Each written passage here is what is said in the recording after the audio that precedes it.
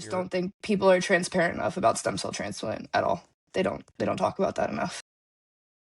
It is definitely talked about in kind of a high regard. It's really a stem cell transplant in its sense is a last ditch effort. It's really what it is. It's the last ditch chance. And once you've done the stem, and there are people that will do multiple stem cell transplants, that kind of thing. But the reality is once you've done stem cells, there's nothing else they can do. So if they do a stem cell transplant and, even a year down the road and your child relapses, they've done everything they can at that point. Yeah, they will never do it again. Yeah. So you are essentially saying, okay, we're giving it a shot. Now, a lot of people, and you're put in a position where you make a life or death situation, a choice at that moment. Nobody's the same. Everybody's different in that moment, based on what your child has been through and everything. But you're put in a position to make that choice. And I don't even know if there's a right or wrong. I just think it's your brain is going to tell you what you think is right. But you are absolutely correct in that the stem cell transplant, I think, is not really explained the best when you're given that option, because it sounds really cool, right? Stem cell transplant. You're going to get this in there. I remember when she was getting the stem cells removed, that was an all-day situation to get them all removed, and then you store them. And she got 10 times more than she needed to, so we've got plenty on hand. It'd be great. Wonderful. When that comes down the road, we'll do it. Stem cell transplant, okay, we're going to put you in there. I mean, it is days and days and days of testing and getting you ready and making sure your body can handle it, to make sure your body is well enough to handle basically being shut down and having no protections against anything. That's scary in itself. I mean, and like you said, and they will take you you can't get sick. You cannot get sick. You can't bring anything in there. You can't get a germ and not anything. And you're waiting every day. My chart becomes your best friend because you're waiting every day. And I remember those mornings, 6 a.m., the thing would go off and I'd be able to see if her white blood counts were going up, and her ANC. I would have to watch. Okay, they're going up. Okay, they're slightly. And I would be excited. And then the doctor would come in and I say, it went up. And they say, yeah, but it's just a little bit. I say, I don't care. It's going up, but that's all. Yeah, you're taking, I mean, listen, and you should take a victory lap for all of that, but it is scary because you are literally in a position, like I said, we were there for 40 days, and you're in a position that you're hoping to God that at that point you're praying that this works, that this fixes all the issues, that relapse that came through, this is going to fix it. This is going to make it better, because what other options do you have? And that's the problem. What other options do you have at that moment?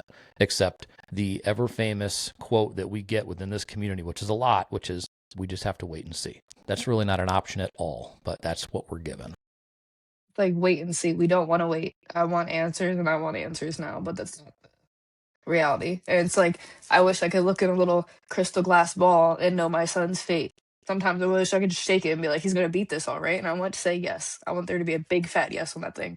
But that's not the reality. I will never know the outcome until the outcome's there. I'll never know how he's going to respond until we get to that point.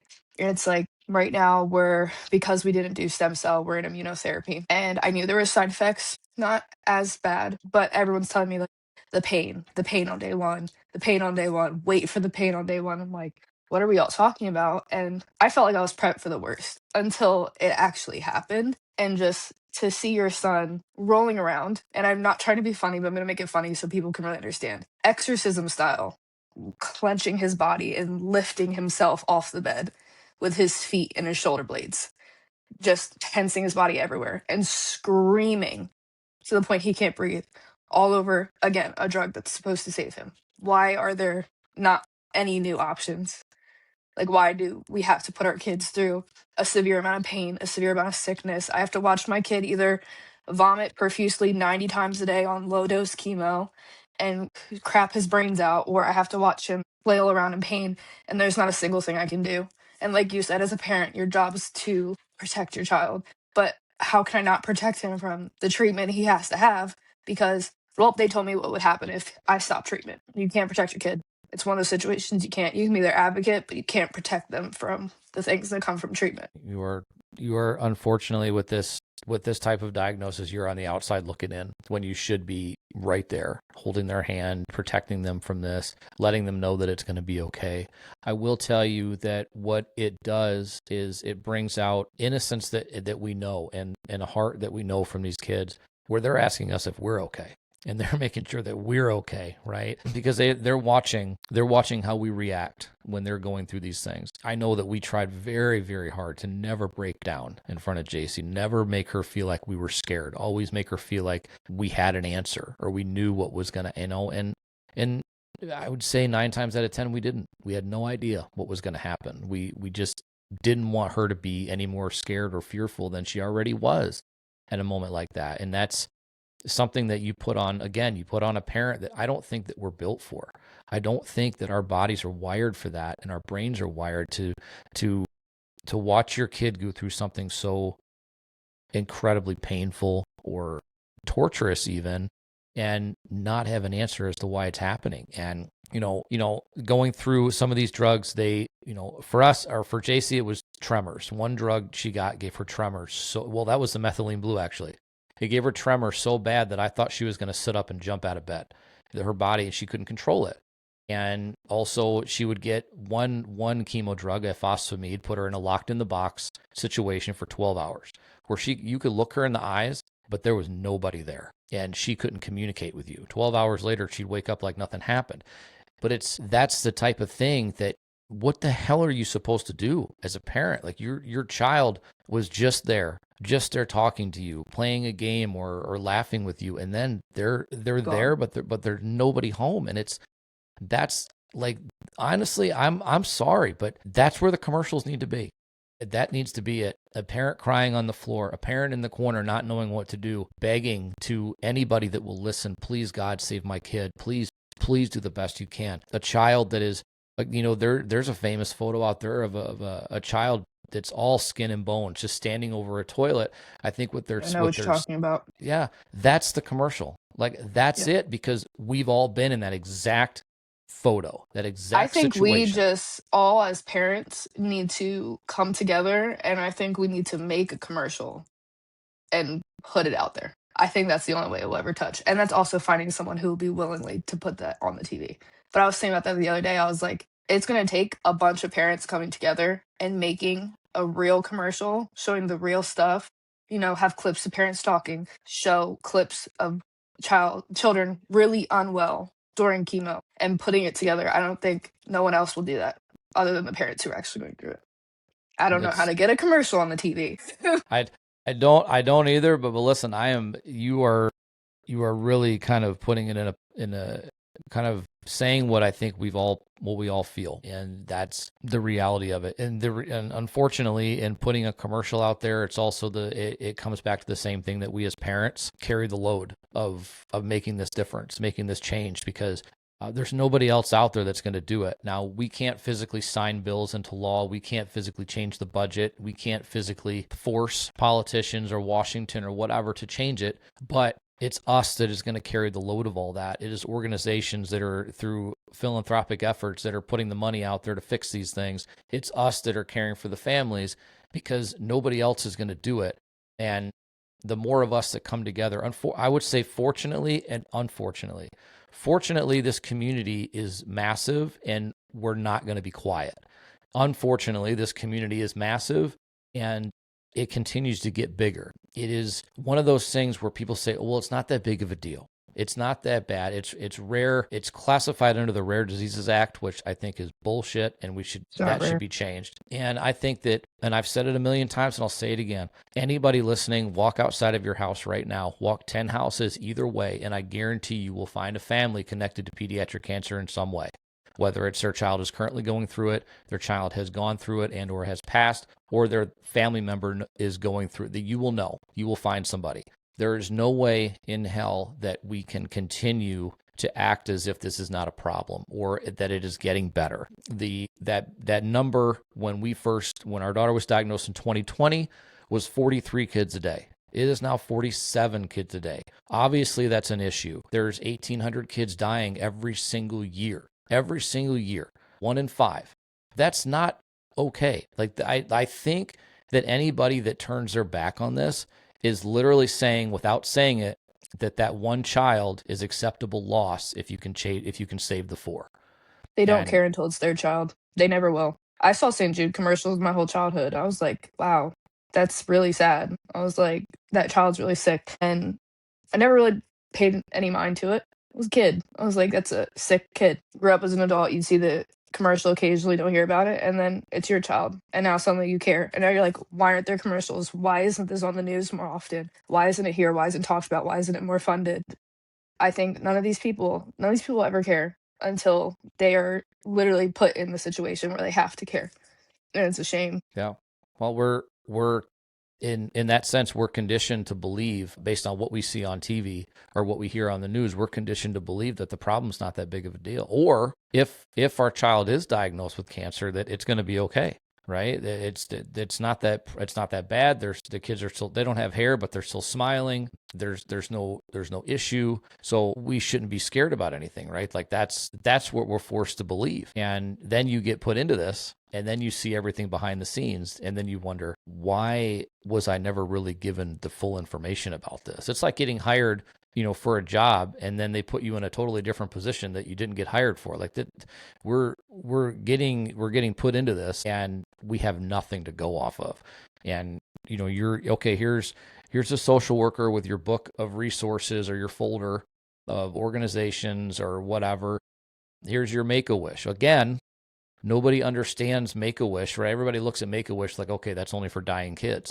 That's the understanding people have about it in general, that's for kids they're not going to make it, so we're going to give them something special. And I remember that we were given that folder, and I looked at my wife, and we looked at each other, and we're like, well, this is not good. And I remember the social worker being like, no, it's not.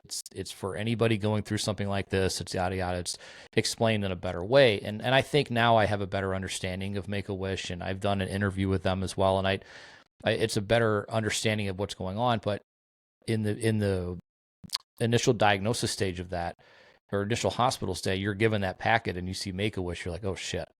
Yeah, you're known as that being like the last hurrah for these kids. That's how I've always known it as, until someone told me, they're like, oh no, like you just need to be within a year out of treatment or in active treatment and healthy enough to go on a trip. And they have to be like, I think over the age of 2.5. And I was like, I thought it was only kids who were literally on their way out of here. And Make-A-Wish, though, they're amazing. What they do. Love that. Yeah, no, it really was a godsend to us. It was really amazing what they were able to do for our daughter, and they did it in a super, super quick timeline, which was amazing for us. And everything for us was different because it was, like I said, 2020, so it was COVID times. The whole world freaking shut down. Oh, and yeah. then you go from two parents in the hospital to only one can be here and no visitors and all this stuff, and it was terrible. But I'm biased, obviously, but I will say this, that, and I'm sure you can concur that, with your son, that she always made the best of every situation, and she didn't complain. And it was because they're kids, right? They don't understand anger. They don't understand hate. They don't understand politics. They don't understand anything. They understand, I'm a kid and I'm supposed to be a kid. This sucks, but mom and dad are with me. We're in the hospital. We'll figure it out. Like they go through it with a really good attitude. But even with that good attitude and with that good aura around them, again, everything that they're going through is super scary. What they cover it up with that innocence. And I think if they really could talk, I put out a photo of my daughter and I sitting in front of the camera. I put it on Facebook of us flicking the camera off, and I sat on that photo for like 2 weeks. And I was like, do I post this? Do I not post it? Do I post it? Do I not? Because I was worried I was going to get feedback, like negative. But then I was like, you know what? I don't give a shit. She's been through enough. She deserves to be able to do it. I don't really think she understood what she was doing, but we did it. And to my surprise, I didn't get any negative feedback on it at all. And I think that's where our kids are. Like they're in that vulnerable state, and they just want to be a kid, and they just want to be around their siblings, and they just want to have a normal life. And, and this stupid cancer has come in here and screwed things up and made things difficult for them. But all they want to do is make sure that we're okay. All they want to do is make sure that we're not sad, or that we're going to make it through no matter what. And that's what we're missing in this world, honestly, is those hearts. It's hard too. My son's, he's 1.5. He's not even 2 yet, and he's gone through way more than most adults have in their whole life. And I can't tell you the number of times that I try and not cry in front of him. My goal was always, he went to sleep. Okay, now I'm going to roll over in my blanket and face the hospital window. I'm going to go cry myself to sleep because I was happy mom all day. And I can't tell you the amount of times that we'll just be sitting together on the bed, and he'll just come up and he'll just like lean his head on my chest, and he'll just like put his hand on my heart. And I'm just like, he's almost like he's my comfort. I should be comforting him, and I feel like sometimes he's my comfort. And he'll throw up. He'll eat, throw up everything you just ate, and then want more food. Or he'll throw up, and then he'll just start dancing. And just like, he's so resilient, and it blows my mind every day. Because I'd be crying like a little baby. If I start throwing up, I do that, I'm going to bed. He just has a dance party all day, every day. And, you know, people come for me because I let him drink coffee, decaf coffee occasionally. Because after chemo killed off half his taste buds, that's what he liked. And I saw my people like, oh, coffee's bad for brain development. I was like, you know what's also bad for brain development? Chemo fries their brain along with like 100 other things it does. And it's not like he's drinking a big cup of coffee every day, but the hate will come, the comments will come. People always have their opinion. My son couldn't breathe. His first round of immunotherapy had to get 2 rescue epi treatments. And I had someone messaging me telling me to put him in a bathtub with apple cider vinegar. I'm Love like, it. I'm at the hospital. She's like, I'm not a doctor or anything, but he needs an apple cider vinegar bath. I'm like, yeah, you know what? You're right. You know what?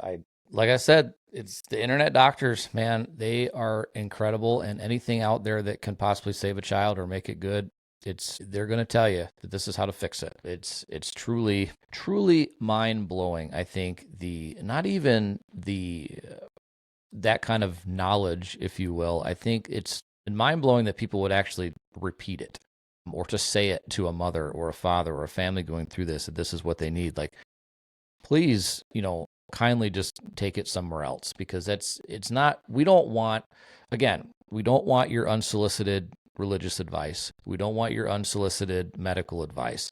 We don't want any of that. What we want is for you just to look at us and say, okay, they're going through a terrible time, but I'm here for you, whatever you need. But I'm also going to say this. We as parents don't often know what we need. We don't know. So if you say, call me if you need something, we're probably never going to call. Okay. If you feel truly like you want to help, offer to buy them groceries, offer to bring coffee to their house, offer to clean their house, offer, if they're willing, and this is going to be situation specific, offer to sit with their kid for an hour while they take a walk or they go to the store or whatever. Listen, when my daughter was going through it, we had a very good friend of ours. She's a medical professional, that she came and sat with our daughter for an hour so my wife and I could go out on our anniversary. We went to a hardware store and walked around. Like, it was just a chance to get away from the house. Yes, we were still worried and our minds were with our kid, but it was a chance to break away from it for a moment and just reset a little bit. So offer things instead of saying, call me if you need anything. Offer something. You gotta offer something. Because that's Like, what we just need like the you most. said, we can't, like, Yeah. our brain is not there. Our brain is centered on our child. We're not going to think of things we need. Like, if someone called me like, hey, I'll come over for an hour, you go shower and really take care of yourself. Like wash your face, brush your hair, blow dry your hair, do something. I would take it in a heartbeat. But if you tell me, call me if you need something, I'm not going to call you, be like, hey, can you come over so I can shower real quick and take my time instead of making my morning routine 5 minutes long. The first time my mom offered to take him multiple times because I had to move in with her after all this. I lost my apartment because I lost my job. And she was like, you go out for an hour. She's like, let me take him. And mind you, my mom has been watching my kids for 5 years. I have 3 kids. And I was like, no. And she's like, what if something goes wrong? She's like, Madeline, leave the house. You've only been at the hospital in your bedroom for the past 2 months. And I remember I made it to the grocery store. I'm texting him like, is he okay? No fever? Is he fine? No fever? Every 10 minutes, I'm texting her like, no fever, right? No fever, right? He had his meds, right?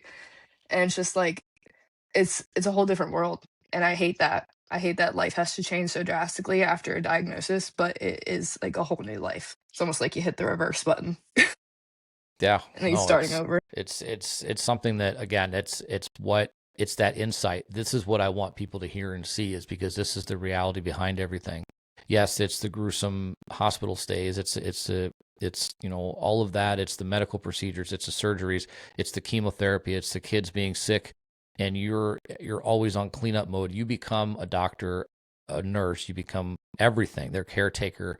You become all of that. But it also affects things, and like you mentioned, it also affects things on a different level as well. Jobs often can go away because of this. Often, and I will say this: job loss within this community is huge. Income loss is huge in this community because you're focused on and you should be. And most jobs, they're good, and you're on, they're not going to let you go. But at some point, you are an employee. You have to be there, and they have to do what's best for the business. And it's not like, okay, you know what, you got a terrible situation in your life, but you got to go.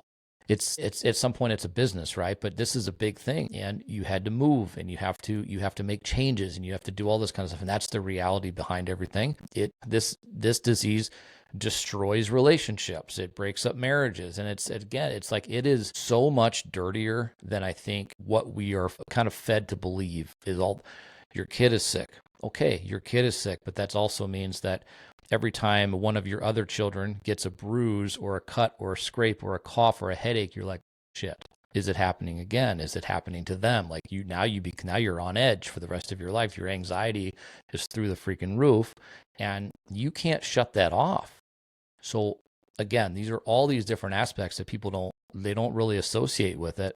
And that's the whole point of this, is really give them all, but it also is to give other people a chance to relate and say, I feel the same way. Thank God I'm not alone, because I feel like I'm not, and I'm not around people that understand. We understand, I am not hard to find when it comes to this community. My phone number is public. So people, if you want to reach out and you want to just vent, like I said in the beginning, and you just want to talk, or you want, I'll give you advice based on what we've been through. And if I don't, I think my biggest thing that I can offer, and something that I'm actually kind of proud of, is that I become a resource, in the sense that if I don't know the answer, I know somebody that does, and I can get you in touch with the right people or the right direction. And that's so important, because we had none of that. And I don't want anybody. There's going to be diagnosis. There's going to be 47 families today that are going to hear those words. I want them to know they're not alone. And I want them to know that, things might not be okay. It's a cliche thing. Things are going to be all right. Just keep fighting. Stay strong. Don't say that shit. It's not okay. It's not going to be okay. Your life is different. We're broken people, but at the same time, we're still the same people. So don't treat us like damaged goods. Treat us like the same people that we were, and just give us the respect of, if you think that you don't have anything to offer, then just a simple, I'm here for you. A simple, I'm thinking about you today.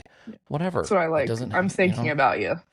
All right, yeah. you guys are in my thoughts today. I like little stuff like that. That's nice. It's a little reminder, like, you're here.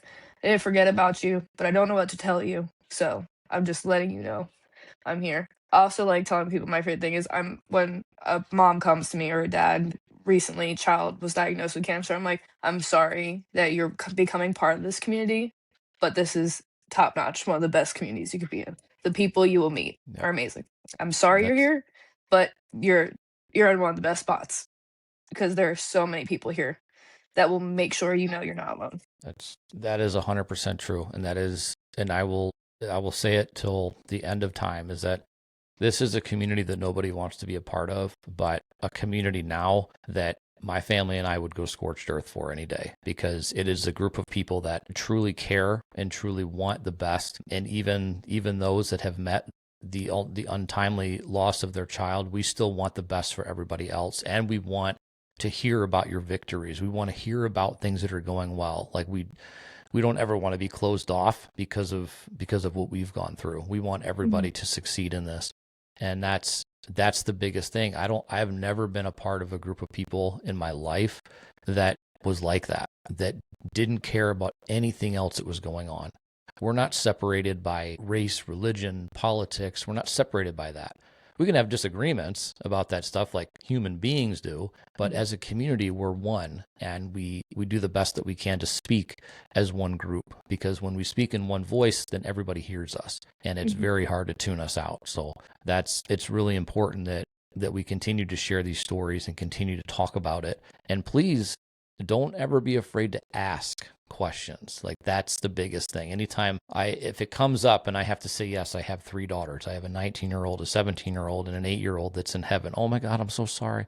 No, I appreciate it, but we can talk about it still. It's okay, because I love talking about her. And that's the best way is to get awareness out there. And these are the best episodes that I like, because I feel like we could talk forever about this. And I feel like we could share I'm a yapper. these stories. I will keep going. And that's totally fine, because my wife tells me that I ramble all the time, and then I just keep doing it. But that's just, I think this is the best way. So I will just, is there anything that we did not cover that you would like to share with everybody? I don't think so. I think my last piece I'd want to say to somebody, if you are documenting your child's cancer journey, don't let someone tell you you're wrong for doing that. Don't let them tell you you're using your child for publicity. Don't let them tell you you're using your child for internet fame. Because end of the day, until we put a face to the statistics, there's never going to be change. Until we share the bad and the good, there's never going to be change. And you're not wrong for sharing your child's story, because I know a lot of people get comments about that. You're not wrong for sharing your child's story. You are, listen, at the end of every episode, I always ask for advice, and I think that is more spot on, especially with what I think this community has dealt with for so long, is that anytime people have, with TikTok and Facebook and Instagram, all that stuff, we put our kids out there because they're going through this. Trust me, it's not for fame. I would rather be famous for something way different. It's never been about that. It's about awareness, because the more people that hear what you're doing or going through, not only are we looking for it to make change, but we're also looking for the community to feel like they're not alone, and more families that share, then this is how we connect. And then we stay in touch with each other, and we're able to kind of be there for the victories, also be there for the lows. And, you don't feel like you're alone, because by sharing, in a sense, you are reaching out to the community saying, we're here, we're going through this, and you become part of this. So please don't ever feel ashamed to share, and don't be afraid to share the real and raw stuff that's out there, because that's what we need to see. And to the commenters that decide that they know better than you do as a parent, well, they can go to hell. And that's just the way that it is. There you go. Yeah, they can. I got some comments right before I got on this podcast, so it's fresh in my. God, the internet is a fun place, and social media is a fun place. And like I said in the beginning, it's a very much a love-hate relationship, because it has so much good to offer, because it can bring you together. I have made connections and friends with people that you never would have known and I wish it would have been under different circumstances, but connections with people that will forever then be there, that you can talk to and you can listen to, and they can listen to you. They become a resource, they become outreach, all of that. But the amount of people that just want to shut it down because they think that, they know better than you, and I feel like they're just scrolling, looking for things that they can make comments on that make zero sense to them. And that's the worst part. But I will say this, there is not a parent within this community, there is not a mom, there's not a dad, that is going to ever back down from defending sharing our kids. And we're sharing them not for fame. We're sharing them because their stories deserve to be heard. Their legacies deserve to be secured. Their names deserve to be in lights, and they need to be said every single day. So that's my stuff. Jumping on what you said there, I'm 100%. Share it all day. Please continue to share. Don't ever stop. Don't let anybody tell you what you're doing is wrong, because you know what? At the end of the day, you're the mom, you're the dad. They're just an internet scroller. They're just a keyboard warrior, and their words mean nothing. So I will say that. And so to you and to your family, to Malachi, I hope things continue to go well. I hope they go in a positive direction. I hope you don't ever lose your advocacy for him and you continue to push for what you think is right at that moment. Never stop doing that and never feel like you've done something wrong, or never let anybody tell you that you've done something wrong because you made a decision. It is ultimately you and him really making those choices. And it doesn't, and again, I'll get someone saying, well, he's so young, it doesn't matter. Trust me, these kids at 1, 2, it doesn't matter. They understand what's happening. They do. And Everyone's favorite line is say they won't remember any of it. They will. that They'll they'll remember some of remember it. 100%. And there's too many kids that know the names of chemo drugs before their ABCs. And that's a sad thing. But I thank you for coming on here and sharing this with me. And I hope that things continue to go well and you can continue to share your story and continue to put it out there. If people would like to follow you on TikTok, what is your username? It's mama, MAMA, period, of dot, or period again, chaos, but the O is a 0. Perfect. Chaos makes perfect sense, Yep. So there you go. So if anybody would 3 like to boys. follow, well, you know what? I hear you. I've got 3 girls, but being a parent, greatest job in the world. Greatest job in the world. And I wouldn't trade it for anything. But I appreciate you coming on here. I appreciate you sharing and being open. And we do wish you all the best with Malachi and your other 2, and that everything goes really well. We'll continue to watch and stay in touch. All right. Well, thank you, Madeline, so much for coming on here with me today. And for everybody else, we will see you all next week.